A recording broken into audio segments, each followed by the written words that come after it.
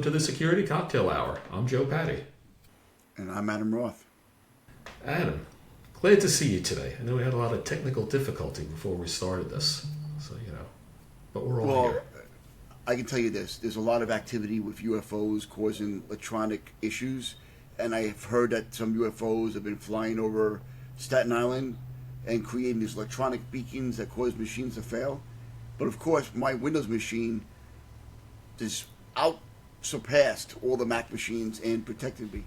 Well, your Windows machine was having difficulty. Mine is fine. And also, our esteemed guest also has a Mac and is able to join us without any issues. Today, we welcome Ryan Westman. Ryan, how are you? Hey, Joe. Hey, Adam. Thanks for having me on today. No, nice to see you. Finally. Yes, finally. After trying to get this set up. So, Ryan, why don't you tell us a little bit about yourself and what you do? Yeah, for sure. So my name is Ryan Westman. Currently, I'm a senior manager at the cybersecurity firm eSentire, where I lead the threat intelligence team. Prior to eSentire, I spent 3 years at Deloitte Canada, so I helped build, develop, establish a threat intelligence and analytics team over there. And prior to Big Four Consulting, I was a member of Canada's Federal Public Service for over 5 years. So I was employed by Public Safety Canada. Comparable agency down in the States is DHS, as well as the Canadian Armed Forces. I hold 2 master's degrees, and I'm also a GX certified threat intelligence analyst and a forensic analyst. Wow, you've got more certifications than Adam. That's pretty impressive. I like that. Well, how many do you have? 6? So you have 7 more than me. Where are you based at? Are you in Toronto or? So I'm about an hour outside of Toronto. Waterloo is the headquarters for eSentire, so that's I'm in the surrounding area. Yeah. Yeah. Okay, well that's cool, but I got to tell you that I think that if you happen to say a boot, that's going to be a drink. Okay, I mean it's got to. All right. I did some work for some banks up in Canada and also for some of the public service for one of my former consulting companies. I enjoy it up there. It's very nice. It's like being in New York City, just maybe 3/4 the size of New York City. It's actually, Toronto's pretty big. I'm surprised.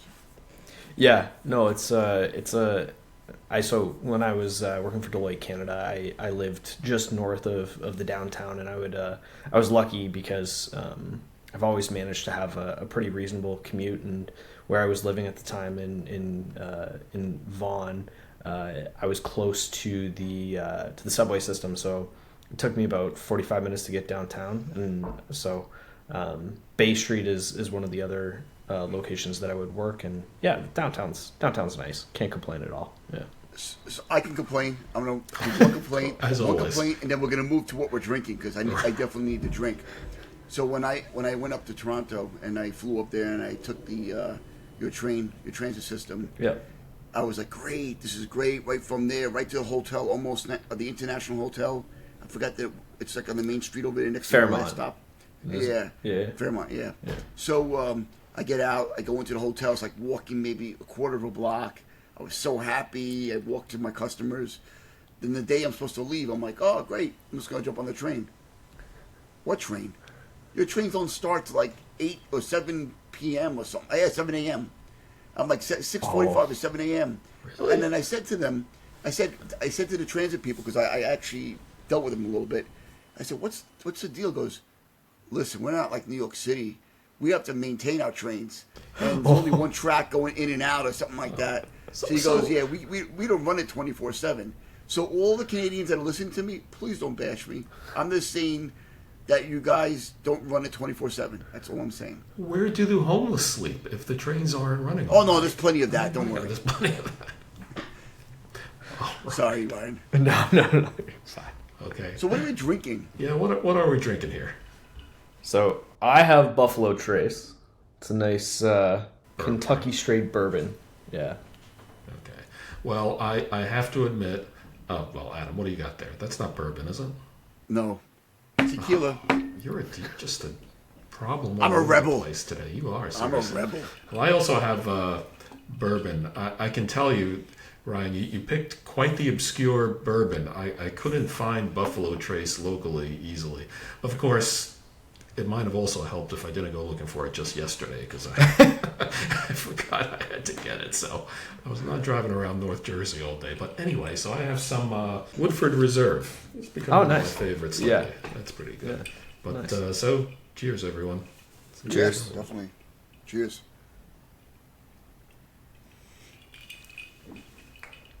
All right. Sorry.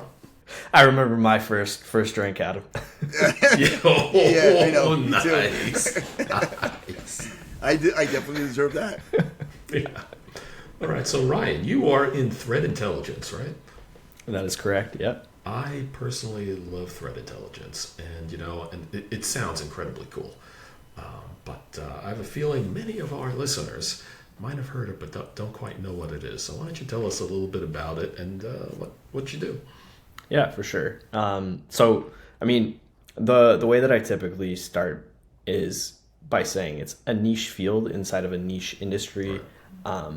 And, it means a lot of things to a lot of people, but the simplest way I would describe it, or the technical way I would describe it, is it's the collection and analysis of information about threats and vulnerabilities. And then you're taking that information on those threats and vulnerabilities, you're analyzing them, and you're articulating the risk posed so that decision makers can make informed and knowledgeable decisions for managing the risk posed by the threat and or vulnerability. So you're taking in information on things that are occurring in the wild, and you're making assessments to decision makers on the risk that a threat or vulnerability poses. Can we also dive into the threat intelligence that some other people like or think about, and that's when you go on the dark web and you basically betray that you're one of the threat actors trying to solicit information, or is that not something that you do as part of your threat intel? So it's actually interesting because I was just talking about this earlier today. So and that's kind of where the confusion lies, I think, for a lot of folks, because you have the traditional use cases of threat intelligence for a SOC, and then you have these digital risk monitoring platforms or digital risk services. And so where I see the industry going is a convergence of the two. So eventually you're going to have MDR or MSSPs that are offering the SOC as a service, and they're offering the digital risk monitoring as well too. Traditionally, the role of cyber threat intelligence is to support a SOC or enable a SOC, whereas the digital risk monitoring side of the house is more about supporting the organization with identifying brand impersonation or things like lost credentials and things. Yeah, well, and so that's where it kind of weaves together, because a CISO is interested in understanding where the exposure lies on the dark web for things like credentials and domains, right? So, right. Well, let me give a little background just for everyone. The digital branding stuff and everything. That's that kind of service, and going to the dark web. That's the thing where, and we've talked about this before on the show, where people go to the dark web, they act like bad guys, and they impersonate there. And as Ryan was saying, people will use that for things like to see has someone stolen their passwords for the company, or people trying to impersonate their brand or do stuff like that. So that's looking at the bad guys, whereas a lot of the other stuff Ryan's talking about that he's more involved with is really looking at it's looking at the vulnerabilities, looking at at everything that's out there, because you need to give it to the SOC, the Security Operations Center, to, I guess in really simple terms, tell them what to look out for or what they're looking at when they find something. Exactly. Yeah. And I mean, the more mature the team is, the more ability you have to support other areas of the business. So in the case of our team, we're at the point now where we're enabling the SOC, and we're doing it in a way that allows us to then also support the CISO team, and then marketing and sales and customer support teams as needed. So traditionally, when I think of threat intelligence, and when Joe was lucky enough, when I was working for him, privileged, he said that every day. Not lucky. Yeah, privileged. We dealt with a lot of threat intel companies in multiple different ways. Some of them was, kind of like an RFI, request for information about a specific individual. It could be a CEO, it could be a VIP, it could be anybody that was involved with a deal. Then it could be something specific about credentials, and it was even to a part where we did, website takedowns. People that were trying to emulate our website, so this way they were hoping somebody would log into that website if they got a phishing link. Oh, it looks like XYZ, and they put the credentials in. Now the threat actor now has the credentials, maybe not the MFA, but if there was a CVE or some kind of security vulnerability, and for those who don't know what I mean by CVE, it's basically something out there talking about a vulnerability for a certain software or hardware. You could do privilege escalation or an exploit, and that basically means we're going to compromise that equipment to get in there. That's what I think of threat intel a lot too. Well, I kind of think of it in terms of what the bad guys are up to. So to give everyone a little context, it's like Ryan was talking about the SOC. So you have the SOC. We've talked about it before. The Security Operations Center. That's where you got the guys looking at the screen and all the information coming in of stuff that your security systems think might be bad or wrong or an attack or something, and the systems are programmed to recognize that.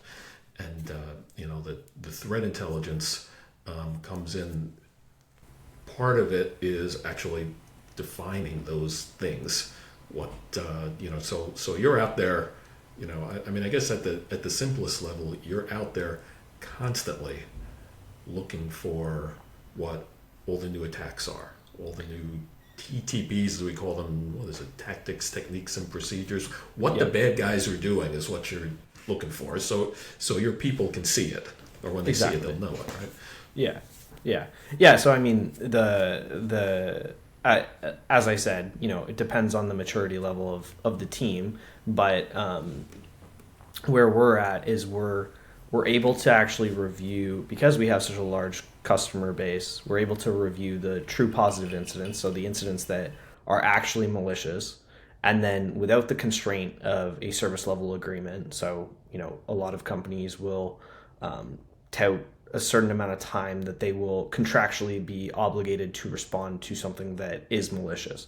So my team doesn't have those constraints, so they can take that deeper analysis in order to extract the indicators of compromise, so the indicators of badness, as well as looking at the TTPs or the behaviors in terms of how these bad guys are actually able to get someone in an environment to click on something or download something or abuse credentials to gain access to the environment. And then we help support another team inside of what we call the threat response unit, with detection engineering. So we're looking at the threats that are emerging in the wild, and we're looking at how those threats are getting in from other vendor blogs and open source reporting.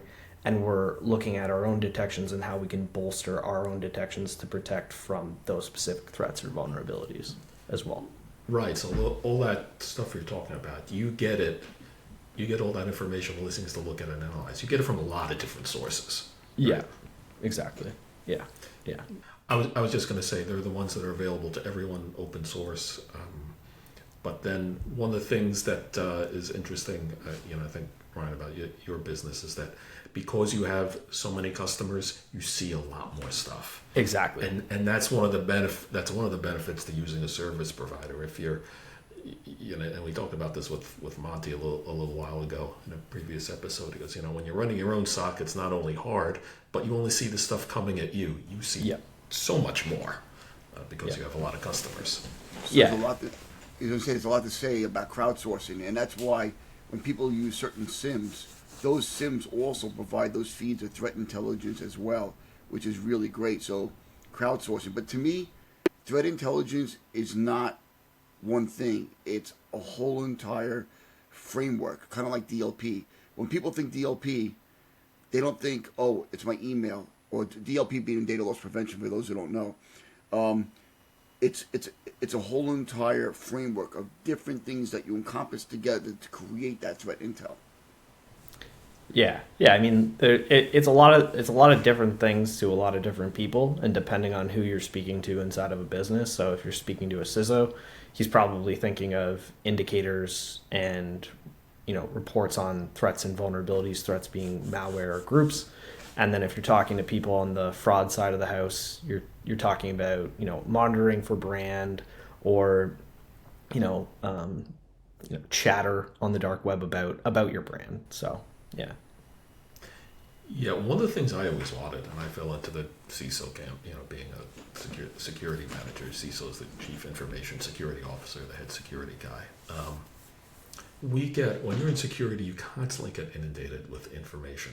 The number of vulnerabilities, the number of possible bad things, the number of things you hear about is overwhelming. It's absolutely incredible. And a lot of what you do is actually having to weed out the ones that are relevant to you and aren't. But even if something's relevant to you, like, say there's this, we used to do a lot of time, there's this big Windows vulnerability, or there's a 0-day, like this is being actively exploited. I'm like, okay, so a lot of people are getting hit. We got that from our vendors.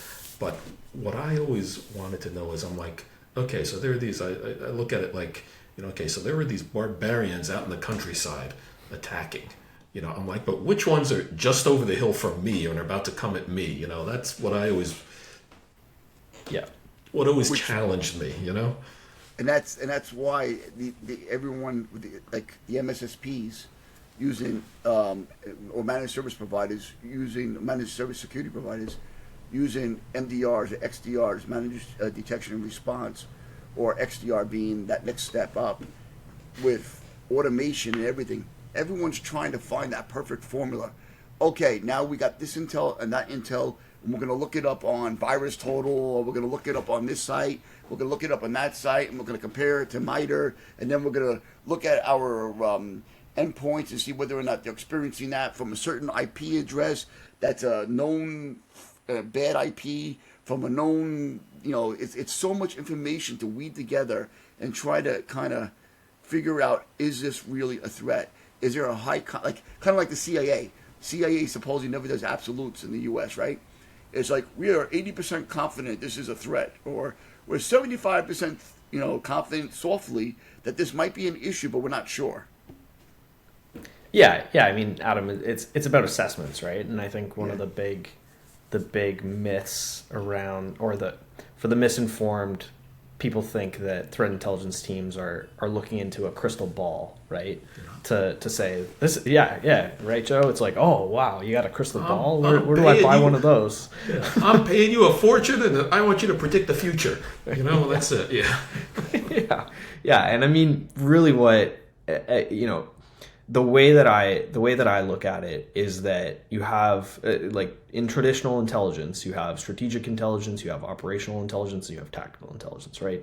And so it goes back to supporting the SOC. So at least in the traditional sense with CTI. And so if you're being asked to provide that traditional role, you're really hyper focused on tactical intelligence. So like Joe said, the vulnerabilities that are specifically inside of your environment that are being exploited. So I would want to know that, or the groups that have historically targeted your industry.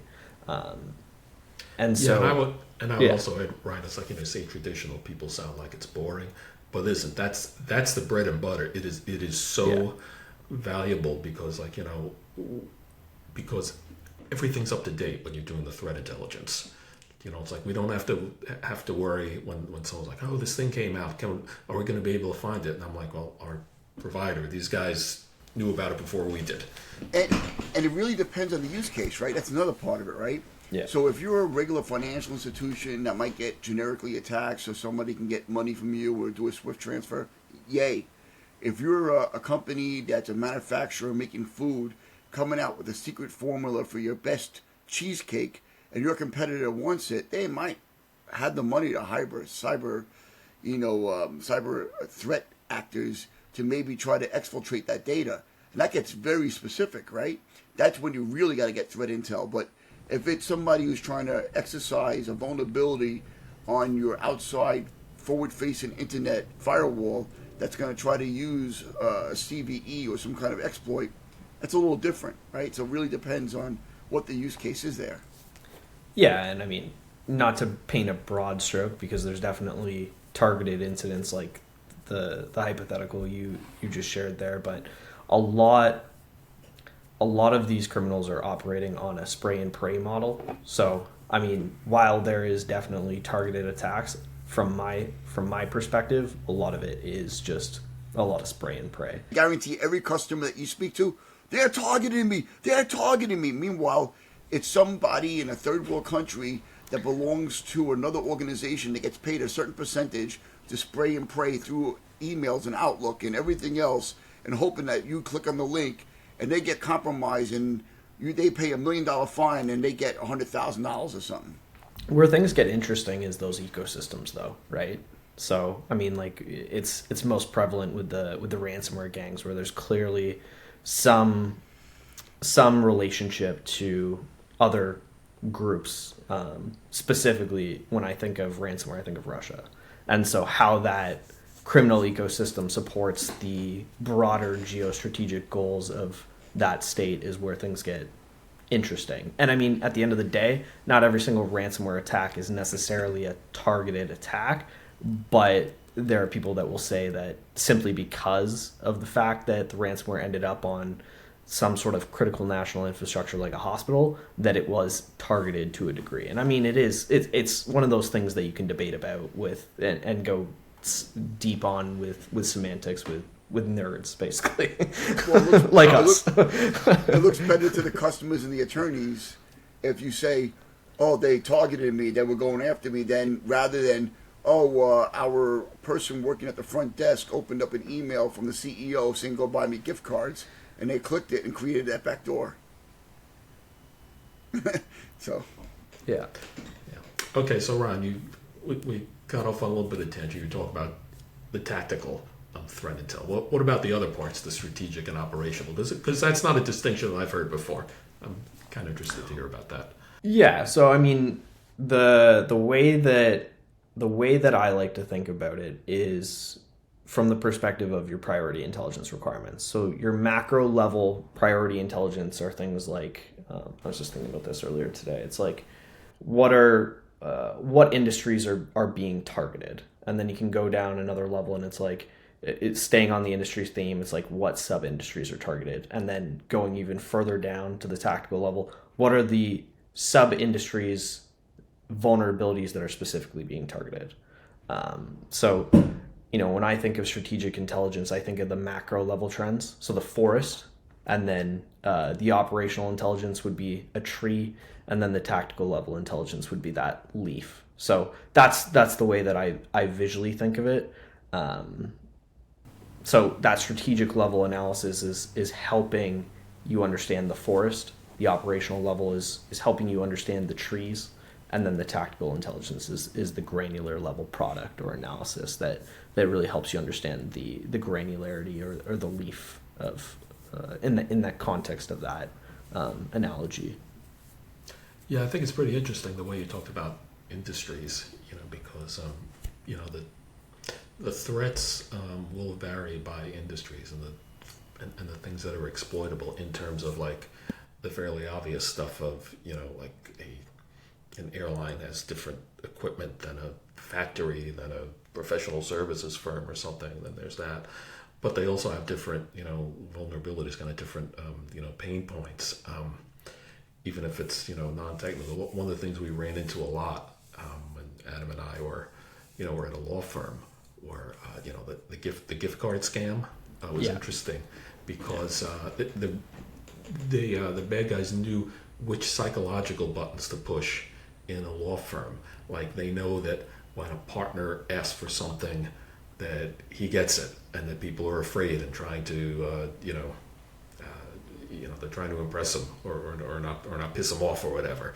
So they tend to go and do stuff. They can be tricked more easily sometimes. So it is interesting how things do change, and I guess at that level you guys are on top of that kind of stuff, looking at what the trends are per industry for the customers, right?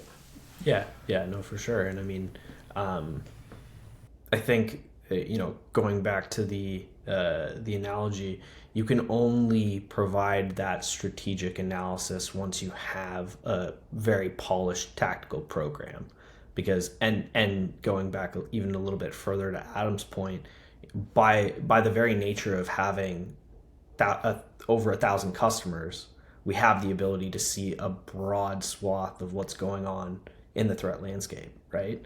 And I think it's one of those areas which we could definitely tell a better story about, because you wouldn't get over the number of people that are not inside of our industry that I'll be casually talking to, and the perspective is that the government agencies that are charged with the responsibility of protecting government networks are seeing what's going on against industry. And I mean, to a certain extent, I'm sure they are, but at least up in Canada, the visibility that we have in the threat landscape, it's not necessarily that it's better, but it's a lot different. So when you're protecting government networks, you're defending against different kind of threats versus when you're protecting across all sorts of industry, you're seeing different threats, right? But it's not to say that it's funny how some government agencies weren't compromised by specific tactical threats as they were by spray and praise. And that's happened too, which is kind of interesting in itself. Look, let's be honest, right? A really, really good threat actor, and I'm not talking about the spray and praise, but a really, really good threat actor can pretty much compromise anything with the right amount of time and the right amount of effort.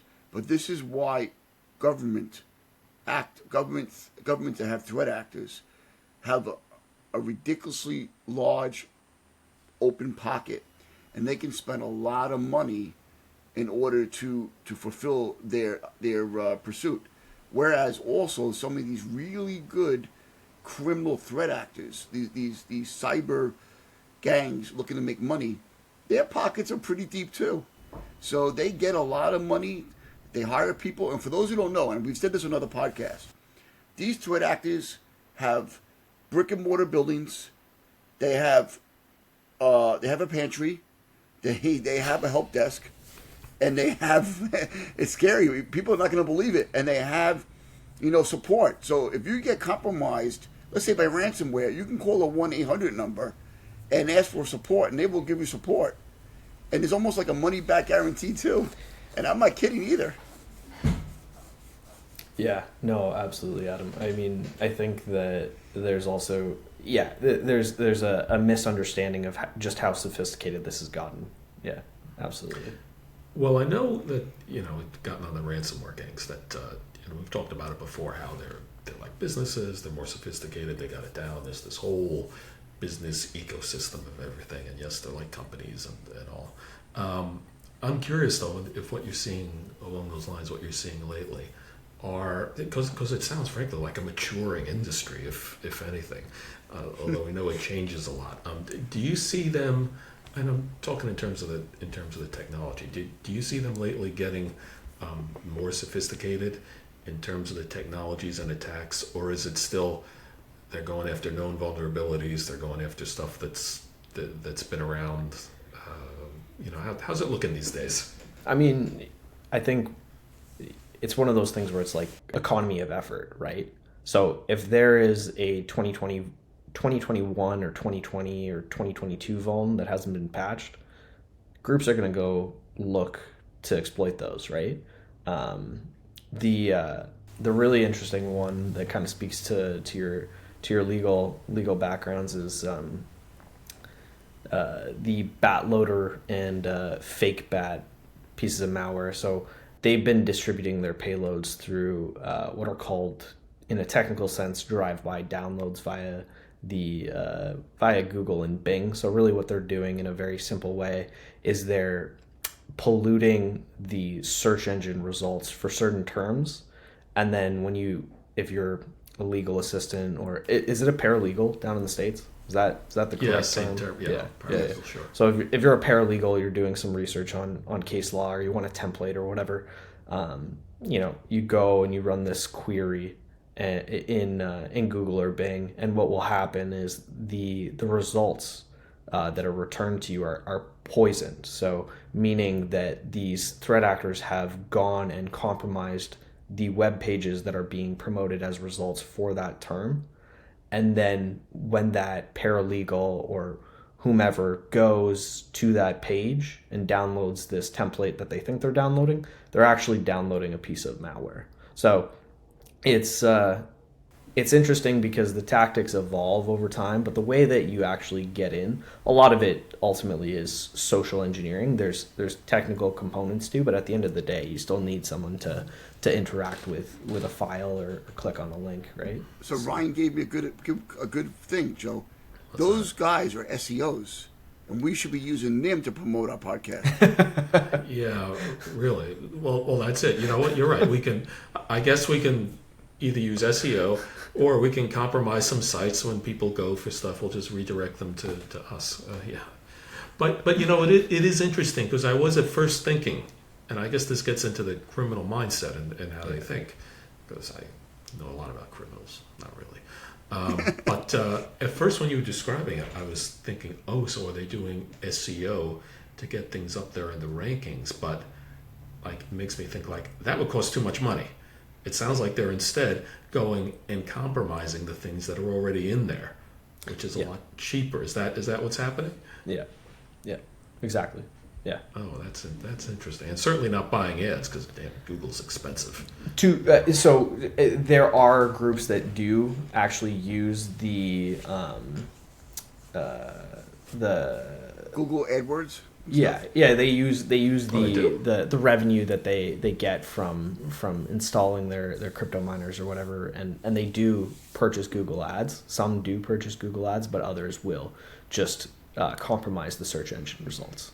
We're going about this the wrong way, Joe. Our podcast could be at 50 million users tomorrow. Yeah, there we go. We'll just hire some Russian hackers and there we go. We're done. Adam, you sound pretty knowledgeable about how to get things done on the dark web. I'm sure you've got some connections that you can leverage.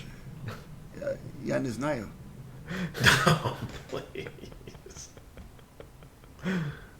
No, out of those too many Israelis, they'd shut him down in 5 seconds if he went bad. Believe me. Yeah, well, whatever. But it's still a viable way to get 50 million users by tomorrow. Not only will they inject ransomware, but a redirect to our podcast. Yeah. Let's start with this one. For those who are listening, I'm just joking. I'm not talking about doing any malicious. This is all comedy. We would never do this. No. Unless this was misdirection.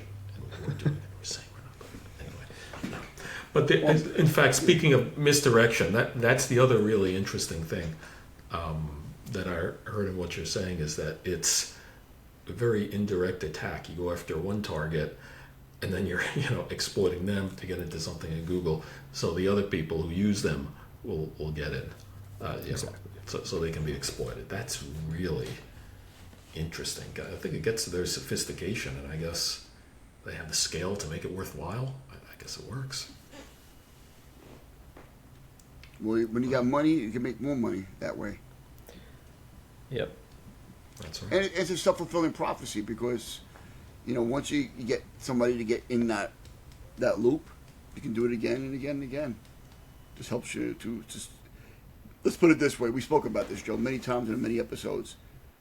These affiliates, these ransomware people, they have quotas, they have teams, they have to make a certain amount of revenue, and they know how to do it. They're pretty, unfortunately, well versed in business and sophistication. They are, and I can tell you, those Lamborghinis, they don't tune themselves. I mean, they're expensive. Those guys need money. So Ryan, interesting stuff. What have you seen lately, or even not so lately, that's really cool, or that you found that's really cool? Because you guys say a lot of stuff, and I know a lot of it can be very mundane, but some of it can be really interesting. Yeah, well, I mean, what we were just talking about there with BatLoader and fake bat, it is really interesting because when a user searches for these things, it can be, like for example, oftentimes they'll spin up a Zoom lookalike page, and so basically they're ensuring the social engineering scheme is consistent end to end, meaning the victim searches for Zoom, lands on a Zoom imposter page, and downloads a Zoom installer package, or thinks they're downloading a Zoom installer package, and sees, in this case, they'll actually see a Zoom application launch alongside the malware payload. And I mean, so for the average user who's listening to this, it's not just all doom and gloom, because you're at least listening to this conversation. And one of the things that I would say, if you're going to take anything away from this, is that you share this information with your colleagues at work, and teach your friends and teach your colleagues that these kinds of threats are happening. And not to be corny, but knowledge is power. So being able to recognize these potential dangerous websites is going to actually benefit you and benefit your organization. And it helps encourage a cautiousness when clicking on links or downloading files from unknown sources. And I would be remiss to say that, especially coming from an MDR provider, that if you really want to protect your environment, the best way to do that is with an endpoint detection and response solution. So we actually just launched our own agent. It's called eSentire Agent, and it's an MDR offering that we've brought to market. So those are the big things that are interesting to me today. Yeah. Okay, and along those lines, Adam, since we're going right into the plugs, please share the podcast with your friends too. Like and subscribe on YouTube, and follow us on Spotify and Apple and everywhere else. So definitely. Thank you, Ryan. Good segue. And if you bring in 50 to 100 listeners, send me an email and I'll give you an autographed picture of Joe. You bring in a couple hundred subscribers, I'll get you all the Buffalo Trace I can find. So two things I want to bring up, right? Number one, that also leads to a whole zero trust thing, right? Go into websites that you shouldn't be going to, websites that you trust, and we can jump on that in a second. But my favorite compromises, or my favorite things, are people living off the land. Have you seen anything like that? Like someone who compromised an IoT device? I've seen, and I've heard stories from people, some nation-state friendly threat actors that have seen compromises of people's DRACs or their remote management cards on their servers, and then using that sub-Linux to use tools to move laterally through a network. Seen anything like that? What are DRACs? Even I don't know that one. What's DRACs, it's the remote access. So if you have a server and you want to manage the servers, it's an OOB, out of band network management. You can turn the server on and off. You can send commands to it. Oh, that thing. Okay. ILOs, whatever they call them. Is that like TeamViewer? DRACs? No.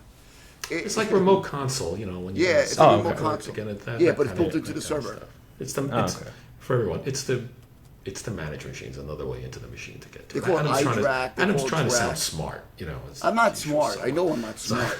So, but anyway, in the DRAC, like most IoT devices, like let's move away from DRACs.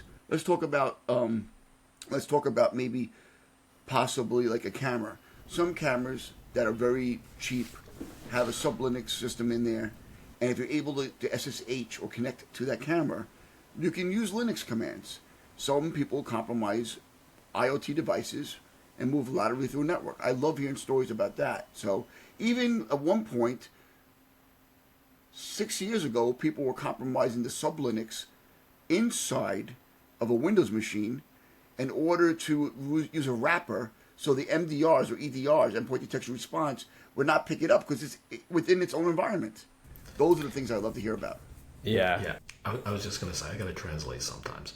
Sub-Linux means is Windows, you may not realize it has something called the Linux subsystem, which is a little version of Linux that'll, different operating system that'll run in it. And yes, some people had found a way in Windows to get into that. So, sorry, I got to translate it. Time suck. It's that non-ease. That's right. So Adam, to answer your question, I have to go into the recesses of my mind to think of the big ones that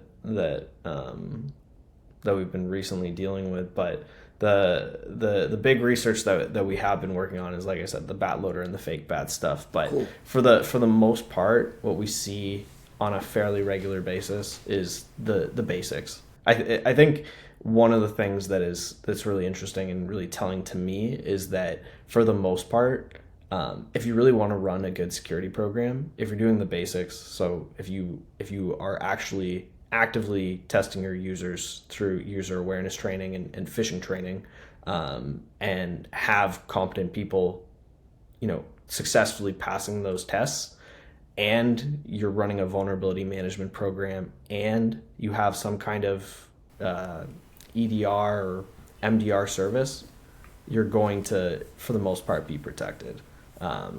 But that doesn't mean that people aren't still going to get phishing emails and they're not going to keep on or click on links, right? But the fancy stuff is more unique. It's not that it doesn't happen. It's just when I'm thinking about the past 30 days, it's been, it's the holidays and there wasn't a major attack like SolarWinds. There wasn't a Log4j, right? So, we've been, knock on wood, kind of lucky, right? So at least the past 30 days have been, I've been extremely lucky, and I say this all the time. I've been on purple teams. I'm not gifted, but the people that I worked with, some of them were really good. And when I say purple teams, gifted, really good, I'm not talking about the adversaries, the red team. I'm talking about the blue team. And we did a lot of crazy things, whether it was utilizing certain tools or getting onto our network switches and doing things like shutting down ports or redirecting VLANs. We did some crazy, sophisticated stuff. And those are the things that I love doing. But fortunately, when we worked with that red team, they were former nation-state threat actors, and they told me some really cool stories. But look, when you're operating at that level and you have access to that, and one of the things that I always remember was watching, what's the name of that TV show that was on Vice? The cybersecurity show. I go, if you want to really learn how to attack, the only game in town is the government. So if you want to be, NSA is not even really sanctioned to attack. It's really military, right? But if you want to learn to attack, you got to be part of a nation state, military.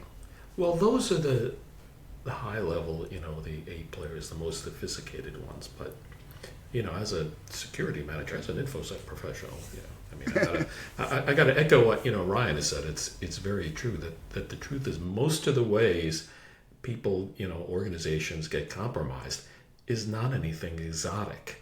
It's attacks that are known things, known vulnerabilities that didn't get patched, a misconfiguration, which means someone made a mistake or something got missed, a decision that was made that this is too hard or too expensive or takes too much time or it'll be too hard for people to use. It's 95% of security, frankly, is just basic blocking and tackling. Ryan, you got real football up there in Canada, so you know what I'm talking about, right? Not that other Well, I stuff. thought real football was soccer. My son plays soccer, but even Ryan, we saw this red team take one of our whitelisted URLs in the proxy, and then because it was whitelisted so broad, they created their own website and used it as command and control.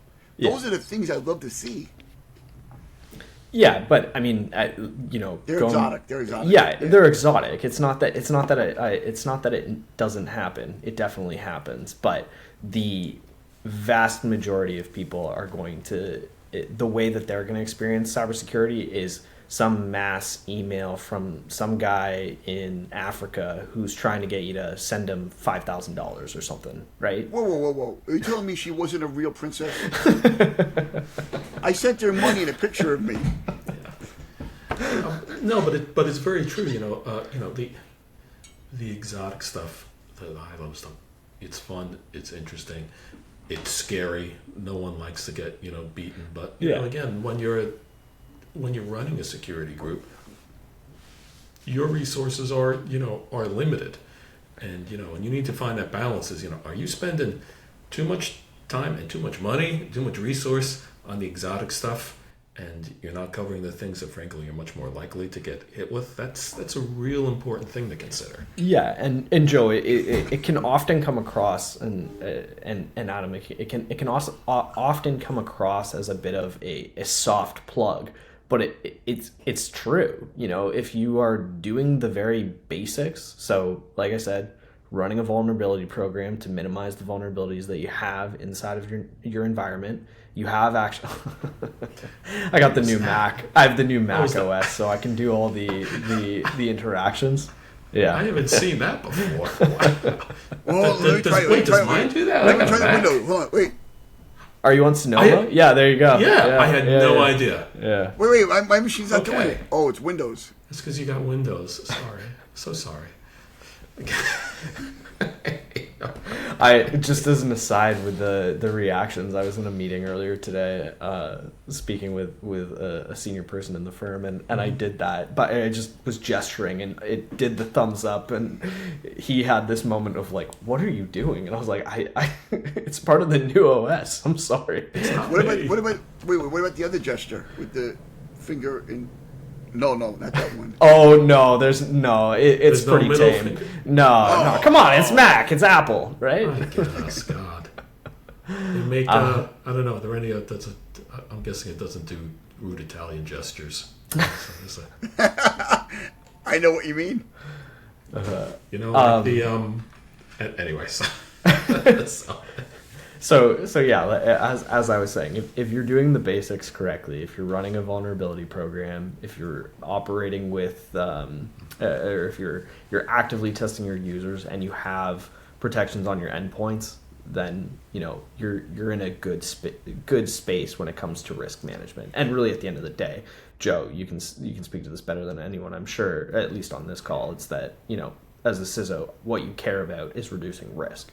There is acceptable risk and, there's unacceptable risk. And if you're doing those three things, I think you're probably running a program that has a level of acceptable risk, right? And also you got to remember that, it's like while if you get, God, it doesn't matter how you get beat.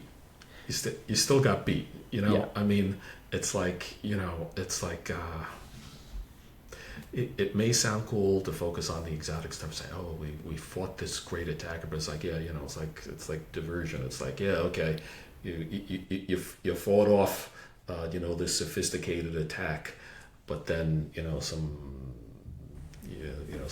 kiddie or someone fell for the Nigerian prince thing, or some totally out of date. Or Nigerian princess, but I never fell for that. Yeah, I told you. But you still got beat at the end of the day, and you had a really bad day, or now these days you had a bad couple of weeks over it, So Ryan, I got a question for you. I want to stop for 1 second because I want to see Joe's face. What do you think about doing data packet analyzing as part of the program to look east, west, north, south to see whether or not there might be threat actors going to, treasures or something like that? So we do network, we do network detections, and to a degree you can get that level of granularity. I guess what are you there's more to the question, I'm sure, here. Adam wants you to say that to have a real detection program, you need full packet capture. That's what I thought he was going to bring up PISM, the physical and information security. Yeah, we'll save that for another one. But Adam has been trying to get me to buy full packet capture probably for 6 or 7 years. We're not even working together anymore, and he's still trying to get me to buy it. It's crazy. Well, I mean, I think I could be wrong here, but my understanding for the most part is network detections are mostly inbound, outbound. Like, you're not really looking, generally, I don't think people are looking east-west all that often. Yeah, I was kind of doing that a little bit, but I found a certain SIM that allows you to install packet capture on each of the nodes, and we did it on the VIPs, and it's almost like doing Sysmon or something like that. Yeah. But what you're doing is you're looking to see, well, wait, why do I have an inbound connection from my my IoT device to this machine? And when you see these rare connections, it's almost like doing the opposite, but similar to microsegmentation. Instead of you blocking inbound, outbound ports and destinations and source, you're actually looking for the detection of an anomaly that wouldn't normally connect and stuff like that. So what I would say, Adam, is that MDR or XDR really means endpoint monitoring, network monitoring, and log monitoring. And if you want to do a good investigation, you need all three. But if you have to pick, you probably want it on the endpoint, because the network traffic's important, but you're going to actually need to respond to it on the endpoint, right? Of course. Yeah. I was just looking to see if I can agitate Joe. When I told Joe, you're taking that so calmly. When I say that, you're like, Joe, come on, whatever. It's like because it's a show. When I showed Joe the cost, he's like, $2.5 million. That's coming out of your bonus. I'm like, that's only half my bonus. It's fine. Joe sounds like a great boss, Adam. I just gotta say, You notice I left. Yeah, you left, exactly. But no, it is true. It is very old school, and it is true that the network always tells the story. There is stuff there. These things are not magic. All the bad guys have to get there somewhere, but it's very expensive and it's very difficult to analyze. And I mean, Ryan, to your point, that's why a lot of the detection has moved to the to the endpoint, to the individual computers, because it's more, in my opinion, it's more realistic, but also you can see what they're up to. That's where they're popping the machines. That's where they're except for the SSL and all the other encompassing, and that's why proxies are good too, right? Proxies, you intercept a certificate, you give a new certificate, it turns pink, and then you wonder why somebody's looking at your HIPAA or your PII, PHI, whatever. All right. With that, as Adam starts spitting out the acronyms as fast as he can, we got to do an acronym counter. So we got to get a little counter in the corner. Oh, is this another gesture? No, that doesn't do anything. All right. With that, I think we're headed for last call here. I'm going to take my first drink. That's it. Well done. So, Ryan, any parting thoughts? Or anything else you wanted to talk about while we're here? This has been a good discussion. This is a topic you can talk about for days. That's the thing. Oh yeah. I mean, like I said at the beginning, threat intelligence is a lot of things to a lot of people, and it really depends on who you're talking to, the use case you have for it. But I think the only other thing I would say is thanks, guys, for having me on. I've enjoyed having the conversation, and appreciate the drink. Thank you for joining. This is also the part where we normally do the plugs, but I think you got yours in. But you can do another one if you want. I mean, Cool, so I'll go ahead and just say again that eSentire is a managed detection and response firm. We have 2,000 customers in 85 countries. We provide EDR services, network services, managed vulnerability services, log services, and professional services. So if you are interested, please do reach out and continue the conversation at that point. Yeah. Does that mean that our podcast is going to be in 85 different countries for everything? Is that a guarantee? I don't know. You'll have to talk to our marketing team about that. Yeah, I don't know if there are any guarantees in life, especially on that one. Put it that way. Oh, there's guaranteed you'll die. And taxes. Well, that's true too, but some people just don't pay. But you're guaranteed to die. You can't beat that. Oh, wow. If we've gotten to death and taxes, we either got to cut it off or start drinking more. Or have another drink. That's right, more drink. Thank you, Ryan. It's been Ryan, great. Thanks a lot. This has been a great talk. We really appreciate it. It's been great having you on. Thanks, guys. All right, take care, everyone. Thanks for listening. Thank you.